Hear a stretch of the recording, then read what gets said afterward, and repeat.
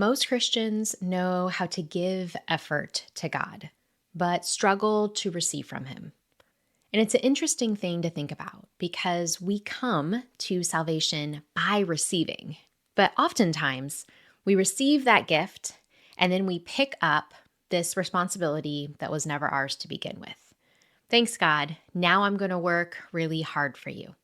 Now I'm going to figure out how to do the things that you want me to do. And there is application that comes to our faith. But the application comes as we continue to receive from God what He offers us. We can't replace receiving with simply achieving. And that's because receiving isn't actually passive.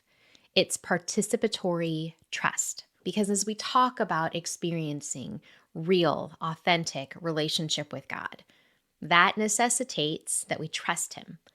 And so the first thing that we need to receive what God offers us is to believe what God says about Himself. In Exodus 34, I'm going to read verses 6 and 7 to you, and it's something that the Lord said about Himself. It says, the Lord, a God merciful and gracious, slow to anger, and abounding in steadfast love and faithfulness. These are the words that God Himself uses to say, this is what I am like. But when I reflect on my own walk with Him, sometimes I can struggle to believe what He says about Himself. And maybe I believe that it could be true about Him toward other people, but just not toward me. I can catch myself, even now, decades in the faith, approaching God with timidity because I forget that what He says about Himself is still true. He abounds in steadfast love and faithfulness. He is both merciful and gracious. Mercy, withholding from us the bad that we rightly deserve, and grace, giving to us the good that we do not and cannot deserve. It also can be hard when the way God shows up in our lives isn't the way that we necessarily want Him to, which takes me to the second truth about receiving from God. Receiving requires vulnerability.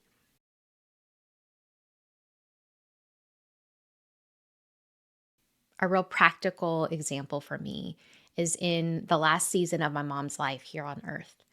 And thankfully, my mom loved Jesus. She knew Him when she was alive here, and so she knows Him fully now as she is alive with Him in heaven. But those last months were really hard for her. They were really hard for all of us, but especially for her, because my mom was struggling with cancer. By the time she got her diagnosis, it was already stage 4. And we found out in November and she passed in January. So we only had a few months.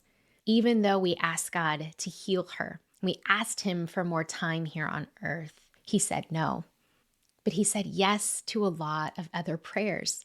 God said yes to healing her, just not in this life, but in the next. She is fully healed in heaven with no pain, with no sadness. She is fully experiencing the fulfillment of all of God's promises to her. In those seasons of interceding for her and seeking medical care and undergoing treatment, there were so many variables that I didn't have answers to. And so one prayer that I felt like God gave me that I held on to and I prayed regularly was for His greatest grace for her.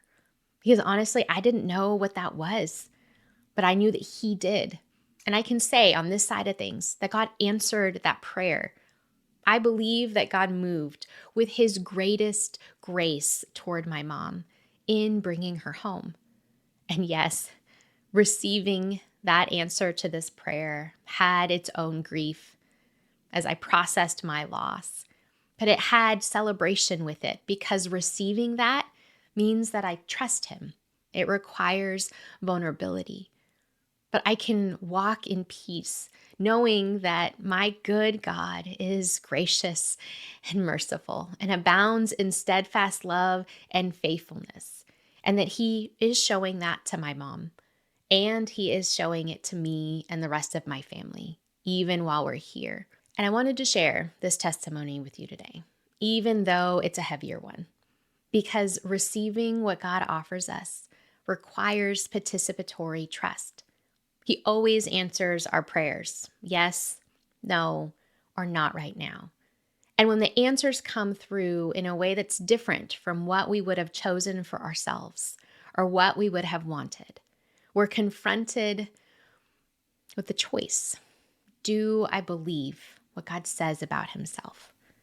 And if I do, then will I choose to receive what He offers me, even if it's different than what I would have chosen? And I get that feels risky. We get to make choices like that as we go throughout all sorts of circumstances, the small ones and the large ones.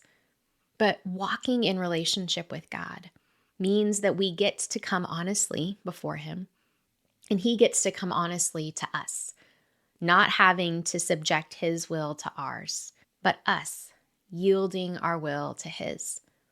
And part of what makes that a little bit easier is that God initiates with us more than we ever notice.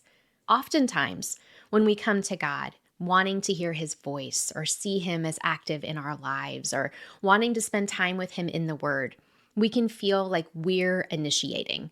I came, I read my Bible, and God didn't show up. And I don't know what's wrong. Am I doing it wrong? Is something wrong with me? Is God not who He says He is? Those questions are common, but we are never the initiators. God has already initiated since before the foundations of the world. Jesus came to rescue you before you were even born.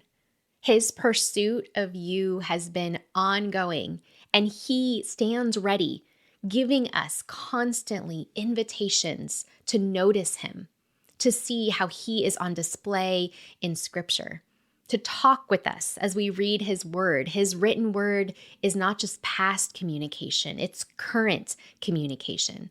To see how He is on display in the world around us because creation proclaims His handiwork.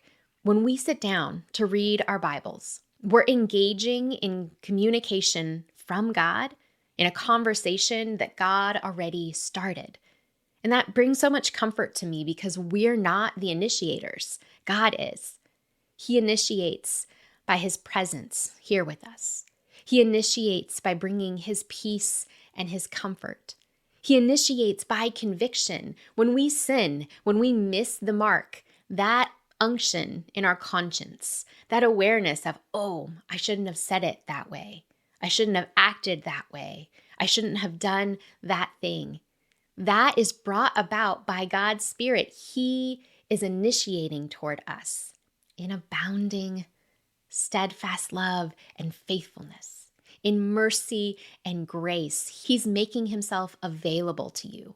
And so as we practice laying down our effort to try and achieve for God, where we can be hyperactive, trying to work ourselves into a relationship, we instead can grow in our ability to receive from Him. So even in this moment, reflect back on the past day or week or the season that you're in. Have you been exhausting yourself trying to earn something from God that He's already offering you?